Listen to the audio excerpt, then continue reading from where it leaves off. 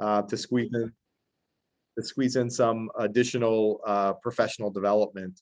So as Sarah mentioned, I'm Matt Horn. I'm the Director of Local Government Services for MRB Group's Smarter Local Gov initiative. My background is I spent about 10 years prior to going into the private sector.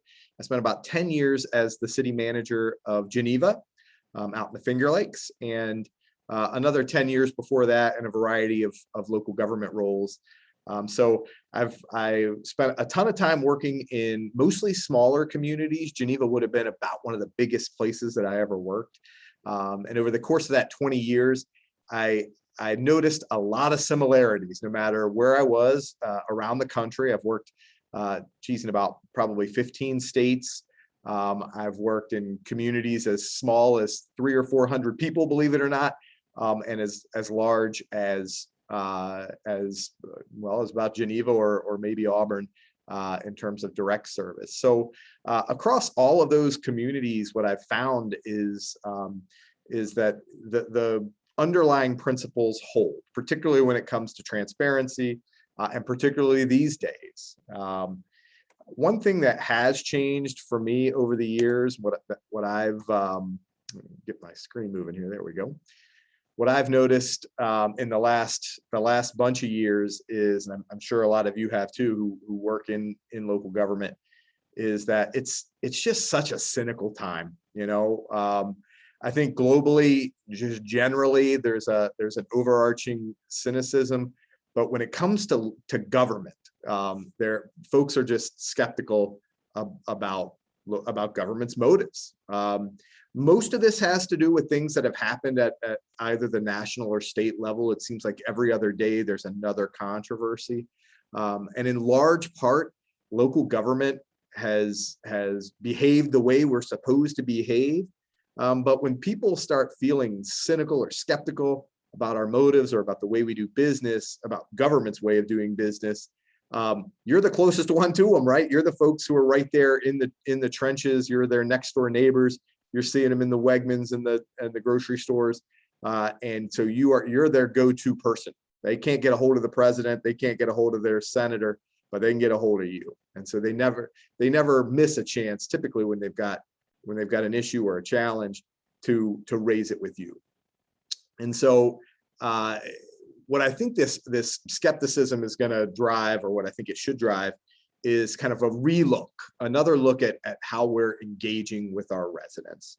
And I've got a few stories about what's at stake here, really, in terms of engaged local residents. But generally, I think just to get beyond this current cynicism or this current skepticism, we really are going to have to find a way to show our residents that we're taking another look at this, that we're going to start doing things differently. So even though, like I say, we've haven't been embroiled in a lot of the issues that the federal and state governments have, there's still a few local government things that have kind of itched people over the last bunch of years. It's getting better every year, but I think as local governments, and as particularly small or under-resourced local governments, we can get caught in a mousetrap from time to time, and that has to do with largely telling our story. So everybody on this call has a day job. If you're a volunteer board member, you've got a day job outside of local government, and you're an engaged board member, so you're putting your time in on things like this to stay up to speed on what's going on in local government and the development world generally. But even if you're a local government staff person and you live this 40, 50, 60 hours a week, your day job is probably something along the lines of code enforcement officer, zoning officer, municipal clerk. And in those situations, you've got 40, 50, 60 hours of real tactical local government work. So what gets missed typically is telling our story, right? Talking about what's out there and what's happening in the community. So if residents see or feel, or constituents see or feel, that there's a lack of information about programs, projects, or I think about streetscape projects or infrastructure upgrades, the public works director is busy digging in the ground he or she's busy getting those pipes replaced, getting the plants upgraded. They rarely take the time to say, okay, well, what does Joe resident, what does Joe constituent need to know about the project I'm working on? Similarly, on the development review side, we got an agenda, we got a meeting, it's open to the public. I put the ad in the paper. What's the issue? We're following the law. And so we really think, hey, we've got the resources we got the staff we've got. And so we can tell the story we can tell. Well, when residents see that or feel that, they start to feel like, well, maybe they're not telling us more because they don't want us to know. And that's frustrating, certainly for them. And it breeds this cynicism or skepticism. Again, you're busy. So inaccessibility. When I say inaccessibility, a lot of people sort of bristle. That doesn't mean you're sitting in your office with the door locked, right? It doesn't mean you're not answering your phone whenever it rings. It means you're busy. You're out there getting the work done that needs to be done to move the community forward. Or this is your volunteer gig. You're out there earning money so you can afford to contribute back to your community in this way. So residents feel you're inaccessible. It most of the time just has to do with the fact that there's only one of you, right? There's only one chairperson of the planning board. There's only one mayor. There's only one clerk, and there's only so much time that we can dedicate to being generally accessible to the public. State law and historical practice around how projects develop. It doesn't do us any favors. The language is bad. It's a lot of legalese. The processes can be complex. You think about something like seeker, where they've got, you've seen this probably, the Department of State has, they call it the seeker cookbook, or maybe it's DEC, the seeker cookbook. That dang thing is like a phone book. And you who do it every day have to refer back to this and go through this arduous roadmap. Imagine someone standing on the sidelines trying to understand environmental quality review. So if they can't understand it, if it looks like a phone book, they're thinking, they must have something buried in there to get it by me, right? Even if that's not the case. And then, the way we've historically conducted our meetings, even our most public meetings, it's either the information is tough to find. Again, we don't have somebody who's managing a website. We don't give someone that job unless they're getting it as part of a million other jobs. And so that the information can be hard to find. And frankly, when you're available for meetings, parents are cooking dinner, taking kids to football games, seniors are catching up with their families. And it's, in general, it makes it difficult for folks to be plugged in. What that results in is what I call this intensifying microscope. Every time something gets by somebody, every time a project has a wrinkle or a hiccup, or not even a wrinkle or a hiccup, it just comes to light later than folks would have liked to have seen.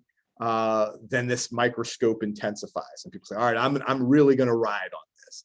And we'll talk later on in the presentation about how the pandemic, or about what we've learned from the pandemic that'll help us get better at things. But during the pandemic in particularly, people are at home, right? They were working from home for months and months and months, plugged in remotely in a lot of cases. Now they've got enhanced access. They've got time on their hands. They can't go out and see their friends. And so what are they doing? They're reading the newspaper. They're on the village or the city or town website, and they're poking under your hood. They want to know what's going on.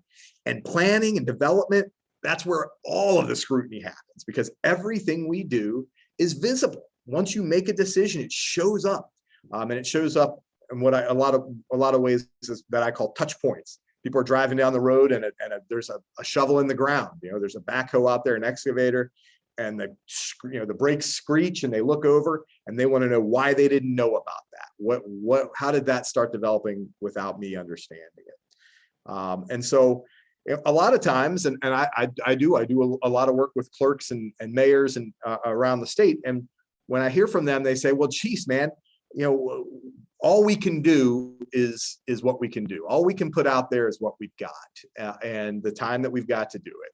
And so what the public starts to do is bristle at this development process. And what happens then is the review process, the development community starts to recognize that you've got a reputation for slow moving processes, right? Now, government's meant to be deliberative. That's the nature of the work we do. But it gets even slower when there are public challenges, when there's political intervention. And political intervention is motivated by, I'm in Wegmans, I'm in the produce aisle, and I got a line foreman behind me of people who want to know, why didn't I know about that shopping center going up? Why didn't I know that my neighbor was putting in a pool or increasing the height of their fence? And things as simple as that slow the process down. Now the mayor feels like he's got to get involved, and they got board members at planning board meetings, and they want to know what's going on here. What that ultimately turns into is a bunch of developers who say, I know that place. It's hard to do business there. And if we can find a way to do it just outside the village in the town, or just over the town line in the next town, or one county over, and still get the traffic counts we're looking for, but without having to go through all the rigmarole that these guys put us through, let's do it over there. The right developers, the right partners in the development process are not worried about the rules. The rules are fine. If you've got a developer who's got a problem with the rules, you got the wrong developer. They're worried about the process because they're worried about time, because time equals money. A bunch of years ago, I did a study on Target, and what Target's sales per square foot were per day.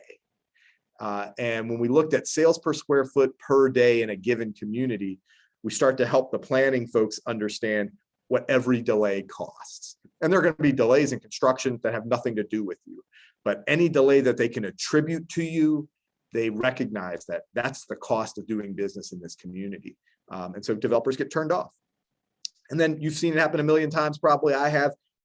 You get a project through, you wedge it all the way through, your residents aren't happy about it, and the Article 78s come out, and that can slow down the process. So I coach people that if you're trying to cheat down the public engagement because you think it's going to take too much time, it's going to blow up on you, and those folks are going to show up at the least opportune time there is. So what we're going to do to get folks back on our side, to get folks to be respectful of our process and to be respectful of the way we do business, we're going to go deeper with them. We're going to provide them with as much information as we can on our projects and on our processes. However they consume media, we're going to try to find a way to get that there. And that doesn't have to mean hundreds and hundreds of hours or thousands of dollars. It's just about putting a process in place that it's clear where residents can go, constituents can go to get information on projects and processes. We're going to put that information out there in as diverse a way as possible, on as many channels as we can, the internet and social media and our website, and any kind of local news media, all the way down to the penny saver. I'm telling people still advertise in the penny saver. Can't believe how many people are reading it. We're going to diversify our approach, and we're going to break down our language.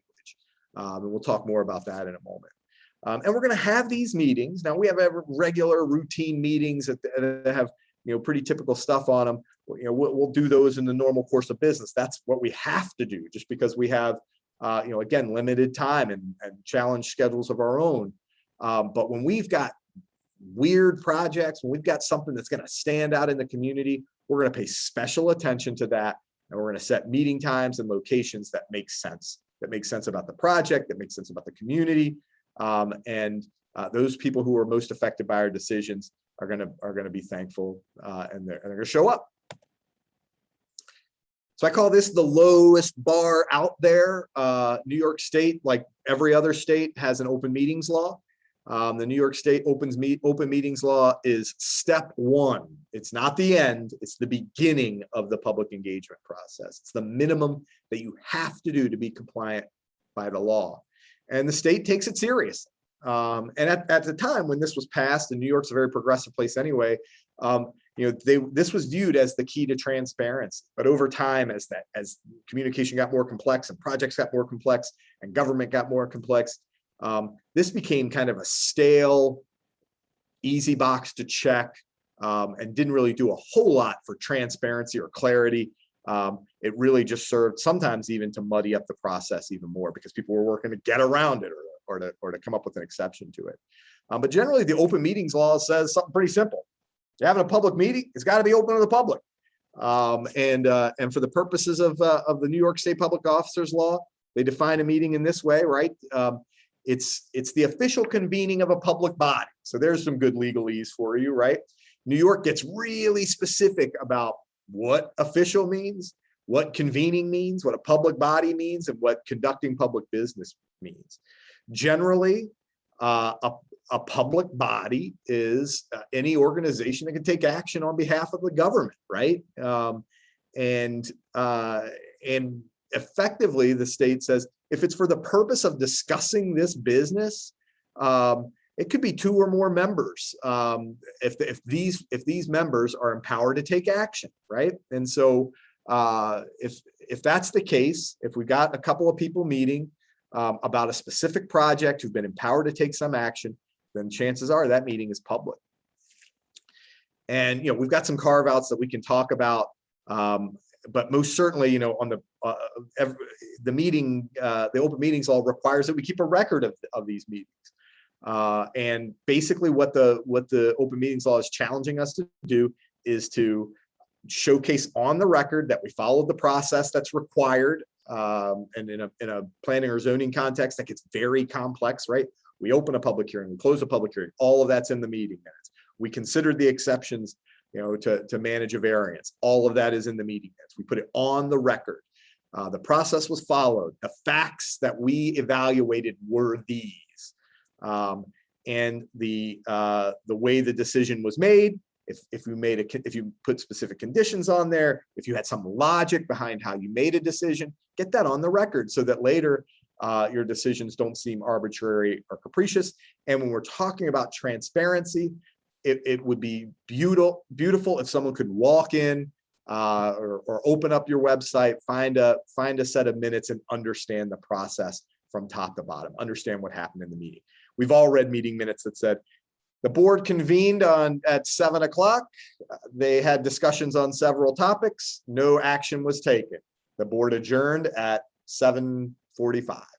So effectively, for 45 minutes, the board talked, and we have no idea what it is. There is no public record. And that's certainly not the intent of the open meetings law. So we just talked a moment ago about tools, and particularly how we get information out about meetings. One of the things I'm guilty of is I lean too heavily sometimes on how fast technology is advancing and how diverse the consumption pool is for information. And so I think about, well, geez, we've got Twitter and Facebook, and so many young people are getting their information from Facebook or getting their information from some social media platform, and we need to make sure that they're hearing about it, and that's accurate. And by the way, if I know about a social media network, it's probably already outdated. It's probably already uncool. So if I'm trying to keep up with that, me personally, I'm already losing that battle. But the battle that we want to make sure we don't lose is on the other side of that spectrum. There's still a ton of folks out there who prefer to consume their media in a different way.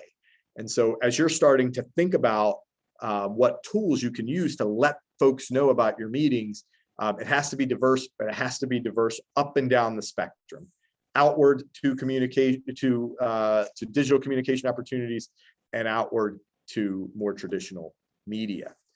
The state has a rule for this too, right?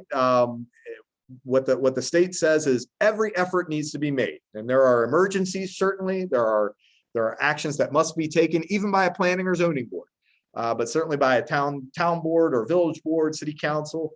But generally, unless you can really prove that this issue could not wait 72 hours, then what the law says is we want you to notify the public at least 72 hours ahead of time, right?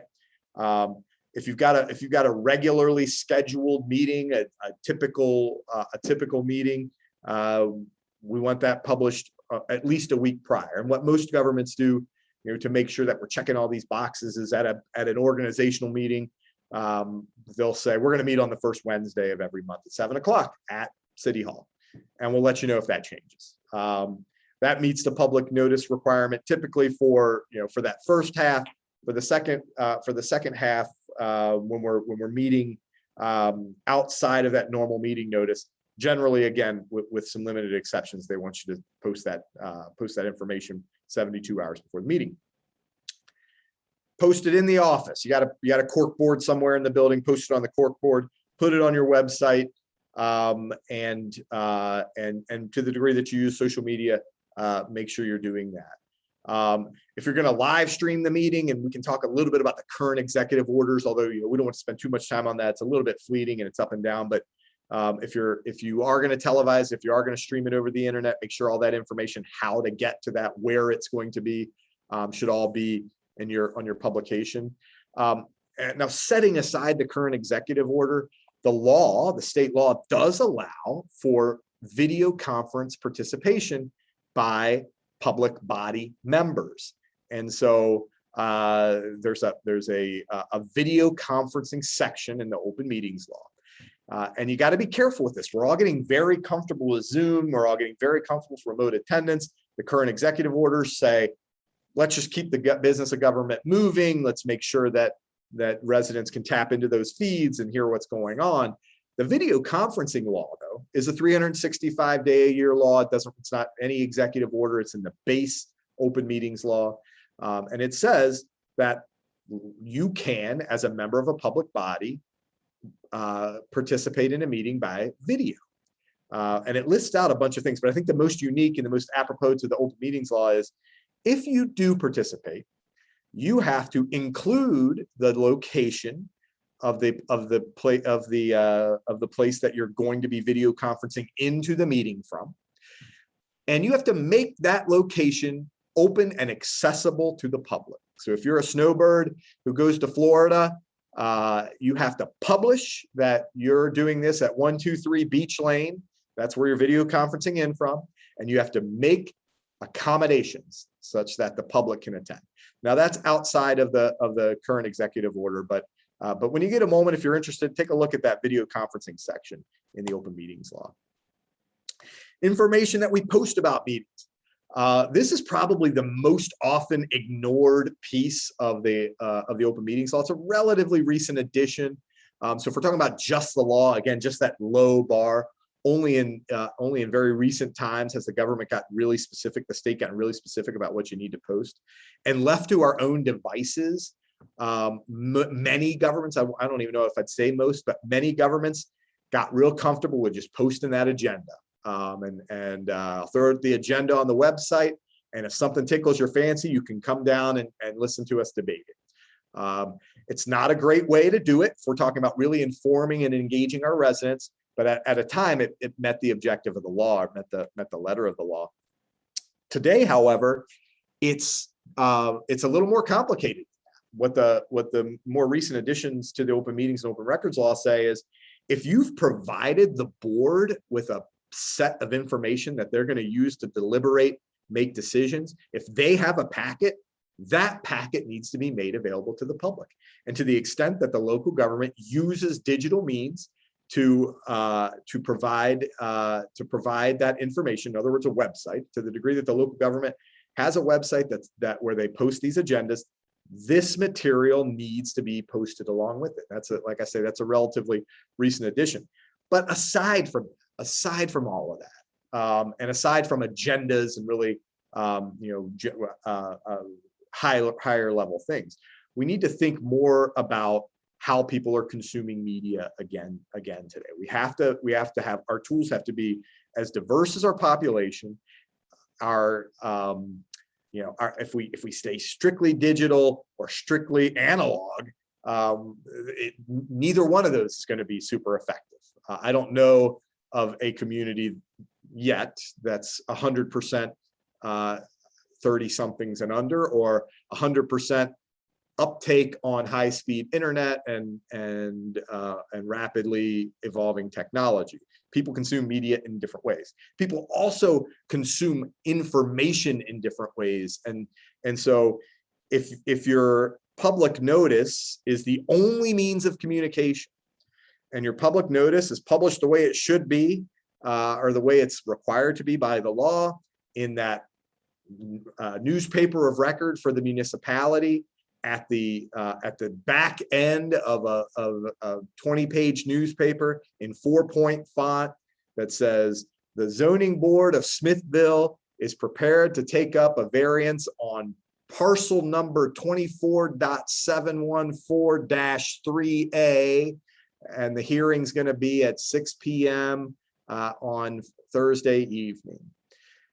You're going to get what you pay for, right? People are going to look at that and they're either A, going to say, I don't know what that means and move past it, or they're going to say, I don't know what that means and I want to know what that means. And so they're going to show up to the meeting underinformed, unprepared to participate, and probably just firing off a lot of assumptions, and at a minimum, some questions that could have easily been answered if we had been more descriptive in our discussions.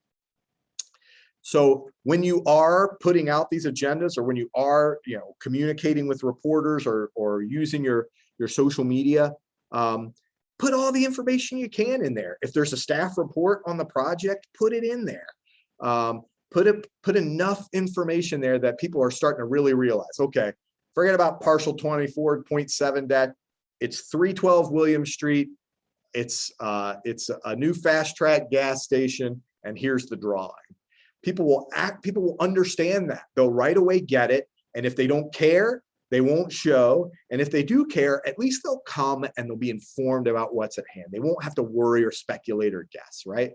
So if you've got site plans, marketing materials, anything out there that you can share, and certainly there's some things that you can't, but anything out there that you can share, it's only going to help your case.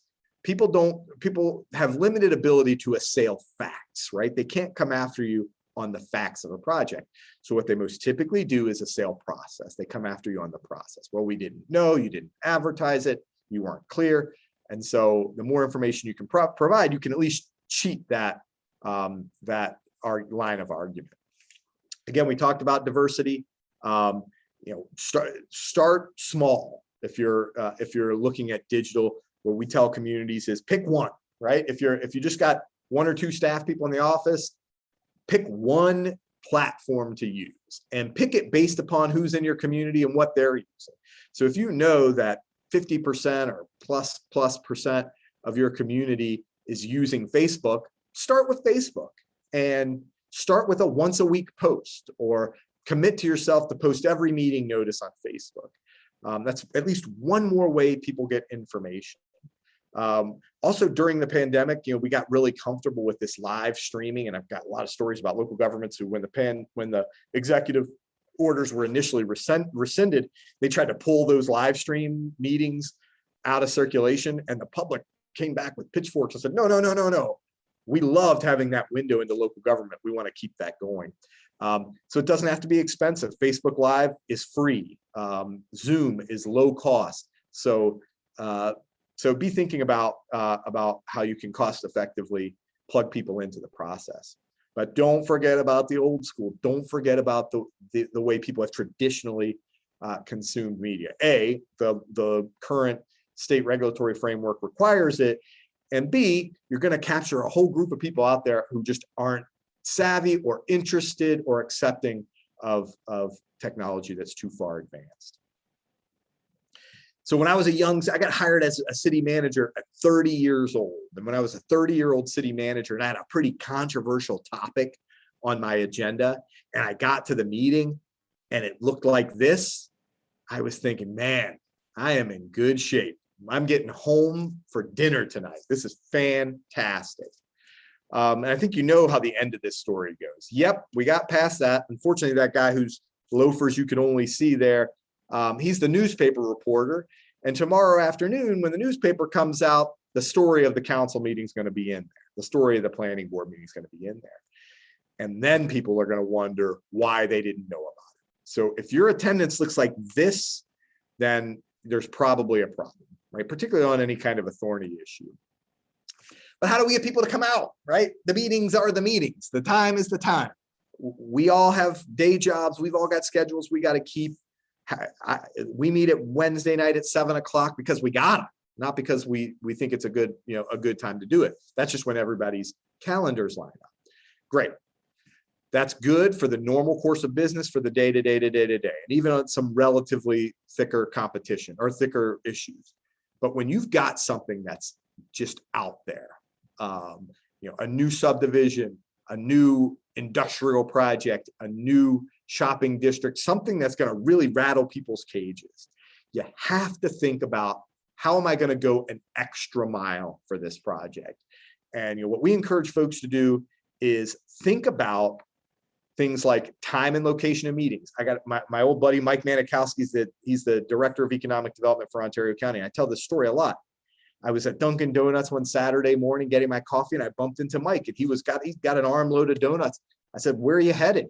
He said, "Oh, we've got a public hearing in Bristol today. The IDA is going to take up a project out in Bristol, and this is the time when the folks from Bristol can be there." And it's at 9 o'clock on a Saturday morning. And he knew that if he did it at 7 o'clock on a Thursday night, that people would either not show up or they'd be really mad at the fact that they had to miss their kid's soccer game, or miss a church meeting or whatever they had to miss to be there. He felt like people would be more willing to give up their Saturday morning. And he was right. The controversy is still there, but the process can't be attacked. We did it at a time when we thought people could be there. If you're a pretty diverse community as it relates to languages, think about interpreters. If you've got, my hometown of Geneva, it's a very diverse community with a super high level of Spanish speakers. So we always thought about that. We thought about, how are we going to be able to communicate with those folks about critical projects, about critical programs. And so we were fortunate enough, and we're thankfully resourced enough to be able to hire and work to attract some bilingual staff. But I've also worked in communities that just found somebody in the community who spoke Spanish or Mandarin or whatever language it was that was driving the conversation. And we found a way to communicate with those people. And then again, to the degree that we can encourage remote participation without breaking the bank to get it done, and in communities where the uptake on technology solutions is there, then yeah, broadcast it and give folks at least one more window into what's going on. The meeting locations, make them relevant. Mike's project out in Bristol, the project was in Bristol. The law says he's got to host it, at a minimum, he's got to host it at the principal offices of the IDA, which are all the way up the lake in Canandaigua and which are closed beginning at 5 p.m. Monday through Friday and all weekend. So if I'm in Bristol, I'm not taking that ride all the way up to Canandaigua so that I can go to a meeting, where they're probably not even going to listen to me anyway. I'll just write a letter to the editor, or write a letter to the supervisor, or show up at the supervisor's front door on Saturday morning, when I've got time, and the supervisor can listen to my concerns on my time. Instead, we're going to look at those. We're going to look at those locations where it makes the most sense. If you can do it right there on site, awesome. Weather, COVID, there's a million different things that drive this, but do it as close to the project or as relevant to the project as you can. When we're doing, when I get a new city council or a new planning board, I love to take them out for a ride and look at community facilities. We get a van and we go for a ride, and we look at water plants, wastewater plants, at parks, neighborhood parks that you wouldn't have a reason to go in unless it was your neighborhood, and every other corner of the community, so that whether it's a long run planning engagement, we're getting ready to start a comprehensive plan or another similar strategic effort, or whether it's a new person on your board who really should understand this neighborhood has these things going on. So when we see a project that comes across our desk for one of these neighborhoods, we should be thinking about the character of the neighborhood. It can be so valuable, and it can make things so relevant. And we talked about all of these things are great, and we're going to go above and beyond when we can, but there's just some deal breakers. There are some projects, and unfortunately, you know them when you see them, is the best I can tell you. When you're going to hear from people about a project, and when that's the issue, when that's the situation, there's no way to consider that in the confines of a normal course of business meeting. So the more you go over and above, even if they don't outwardly appreciate it, the constituents again are going to have to say, well, they gave me a shot to talk about it, at least, right? But that can't happen on Wednesday or Thursday night at 7 p.m. in town hall. So when you do have those more complex issues, we talked about time, location, but also think about things like transportation. If you live in a particularly impoverished community or a particularly far-flung community, and you've got a rec van, or the Boys and Girls Club or the YMCA's got a van that they've got, collaborate with them. The school district, we've got school buses to take folks around to look at projects.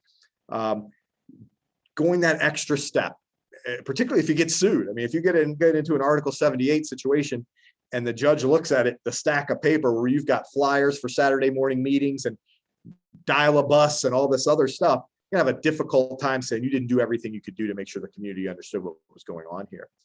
We've done cool things like childcare in planning processes, planning projects in particular, like comp plans and the like.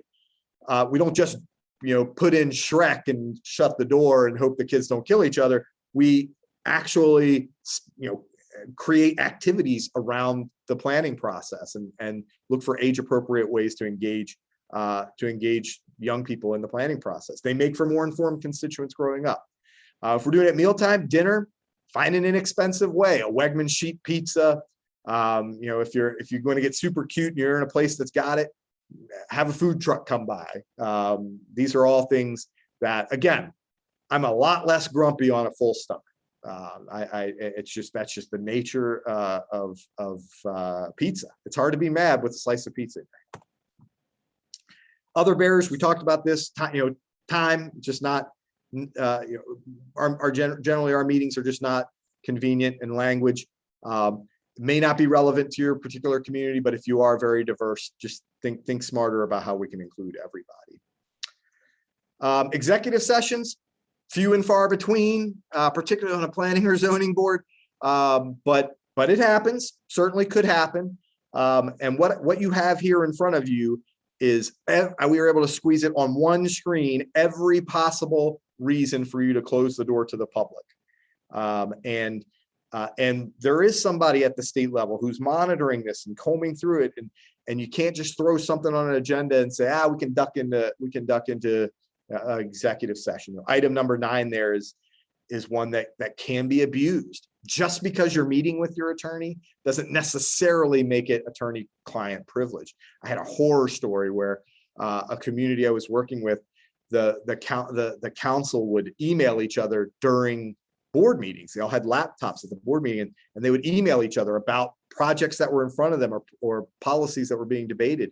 And it would be very personal type conversation, and they'd CC the attorney with the idea that, it's attorney-client privilege because I've got my attorney there. If you're not receiving legal advice or requesting legal advice even from your attorney, just having them on the call, just having them in the room, just having them on the email chain is not going to protect you.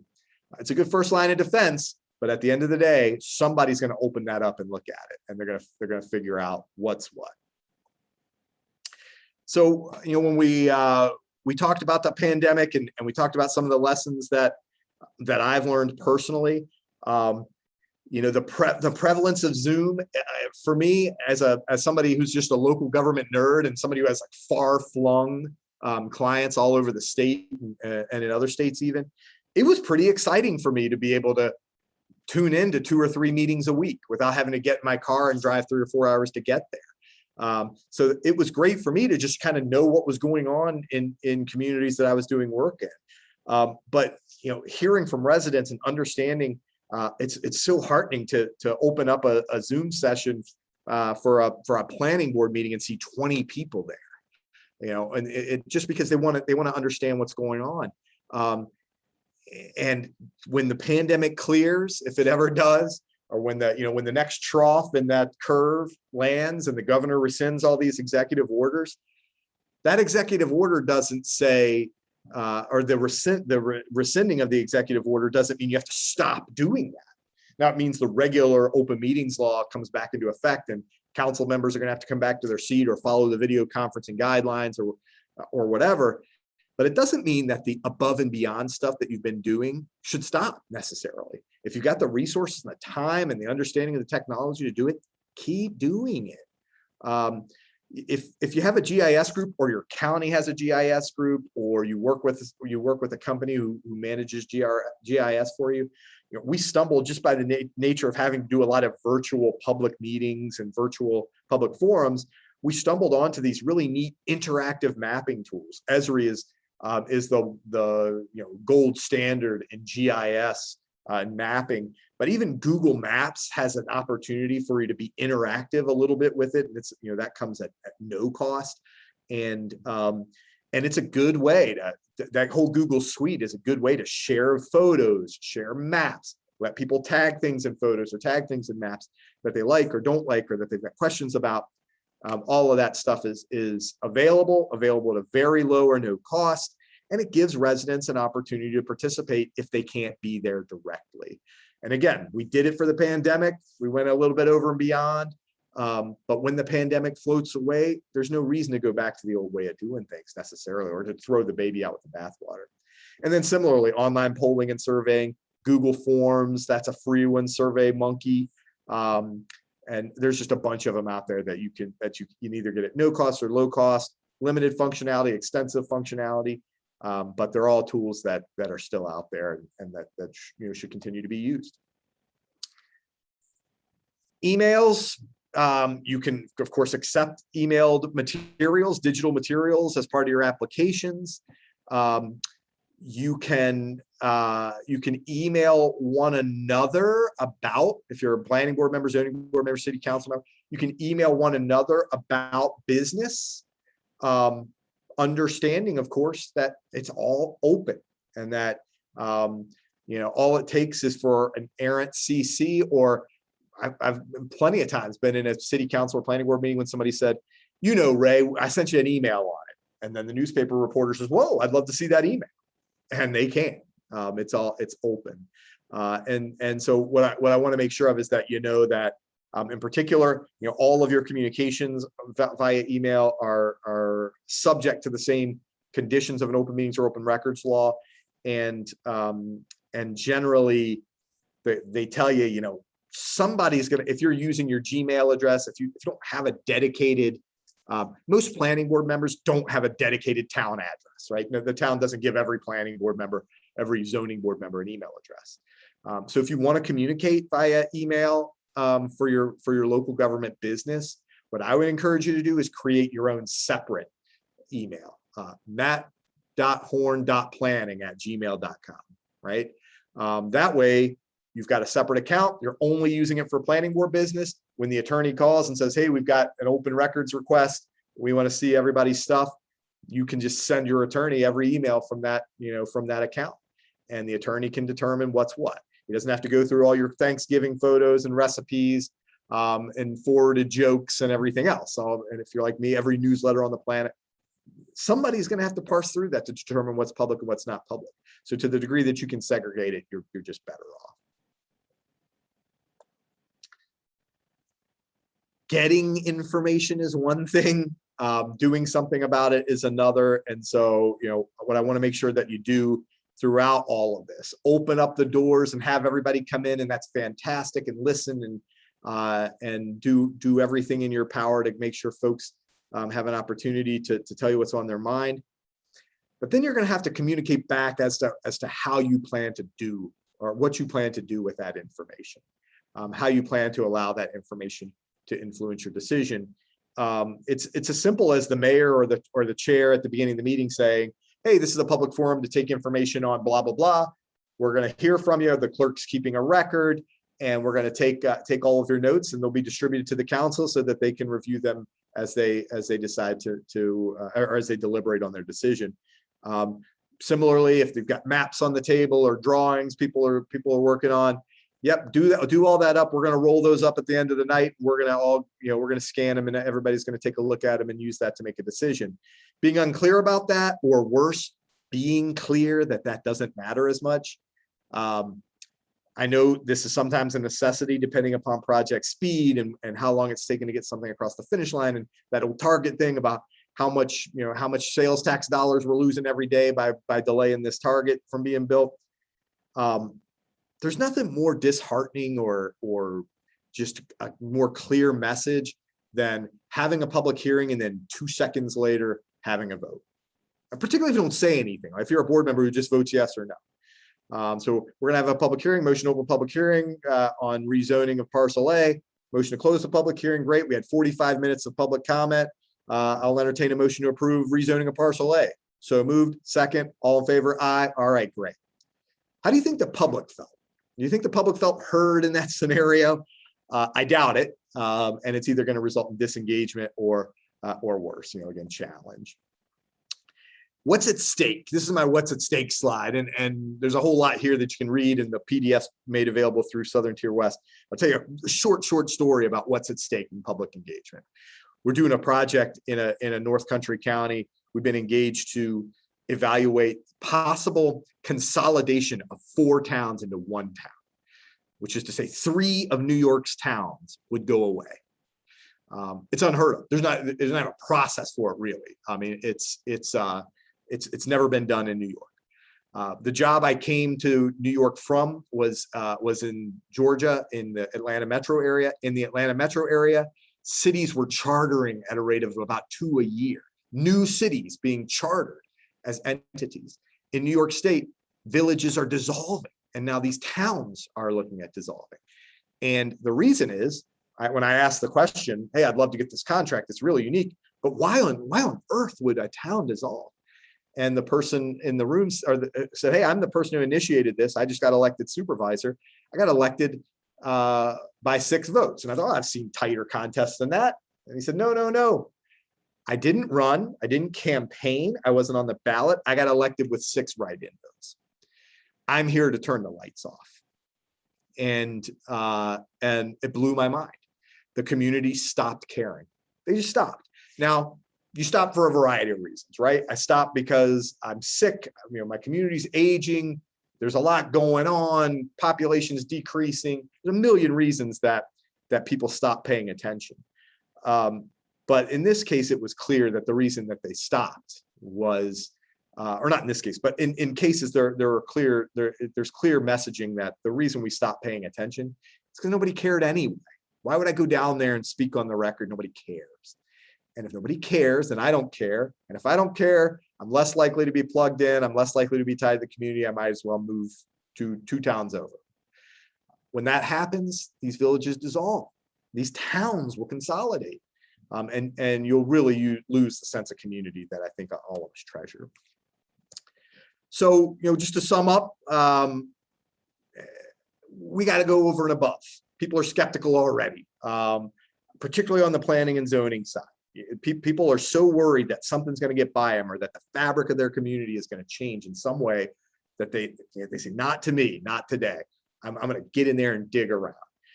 Never, ever get caught in an unethical situation, right? Never, ever put yourself in a situation where you're intentionally not talking about something or intentionally burying something or something like that. But more than that, you got on the left side of the spectrum, you got intentionally being opaque or quiet about it. In the middle of the spectrum, you got, I'm doing exactly what the law says I need to do. We need to be way out to the right on this stuff, particularly on these critical thorny issues, and go over and above what the law requires. Make sure your tools are diverse. Make sure you're communicating with people the way they consume information. And that means hanging on to the penny saver and keep putting your ads in there, but also be thinking about what Facebook and beyond, things I don't even know anything about, TikTok, I guess, how those communications platforms are going to advance and change the way we do business. And then, back to the open meetings law, the intent of the open meetings law is that we're sitting here in public. We're openly and honestly communicating with one another about why we're about to make the decision that we're about to make. I had a really funny interaction with a planning board down in Georgia. They said, we need to go into executive session. They look at the attorney, and the attorney says, well, on what grounds? Georgia has the same set of exemptions that New York has. On what grounds would you go into executive session? They said, well, we just need to talk. We just need to be able to say what we got to say. And the attorney said something pretty riveting, which was, you can't go into executive session to save someone's feelings, right? That's not what that is. That's not what it's about. So the planning board chair then did something even more prolific, which I had never seen and haven't seen since. And he said, okay, well, we won't go into executive session. Just everybody give us a minute. And he literally turned to his board members and said, let's huddle up. And they got in a huddle. And they whispered to each other, what do you want to do here? Okay, so they come back around. And so I said, I entertain a motion to approve. Second, all in favor. And the attorney was just blown away. He did. He made him walk it back and just say, "Hey, whatever happened in that huddle there, everybody's going to have to attest that it was either protected material or talk about what you got to talk about." And ultimately, it was something that we would think of as silly, but that they were worried. It was a neighbor. They didn't want to upset their neighbor. They want to upset their friend. But that's not a valid reason for being in an executive session. And the whole intent here is that you're on planning board. That's why you get paid the big bucks. You're going to make some people mad, right? You're going to upset some people, and you're going to upset them even more if you're doing it under the table, if you're hiding it. And so just encourage everybody that we're going to be as open and honest and public about the way we do business as we can. So we do have a few minutes. I'm happy to take questions. Probably the easiest way to take questions is up in the up on the toolbar there of your Zoom. There's a chat box, and if you click on chat and type out any of your questions, I'm happy to read them from the chat, read them to everybody, and answer what we can. We've got just under 10 minutes, so I'll give you a minute to type a question out if you have one. If there aren't questions, I won't presume there aren't, but I'll just ask Sarah if folks just want to take some time to review this material. Sarah, is the PDF going to be made available to folks? Yes, it's online right now, actually, on our website. Awesome. And you'll see this last slide here is in that PDF packet. It's got my my phone number. That's my office number. It's got my email address, and you should feel free to just email me anytime you like with any question about any of the material you either see in the PowerPoint or information that you heard today. I will email your PowerPoint to everyone that attended today, along with their certificate of attendance. Awesome. A big plug for Southern Tier West. If you just stumbled onto this session, they do such a great job of putting on these programs all year round. We're always heartened to be invited to share what we understand, but it's so diverse. There's so many different programs, and it's a really neat way to stay up to date on what's going on. That was a very good presentation. Thank you, Matt. Sure, thank you. Thanks, everybody. Feel free to shoot me an email or give me a call, and thanks for everything you're doing for your communities. And we're also going to be hosting our annual local government conference at Houghton Live this year in June. I think it's June 9th. So I might hit you up to maybe do it there. Awesome. We'd love to. Love to. All right. Well, thank you very much, and have a great holiday season. Thanks, everybody. Thanks, everyone.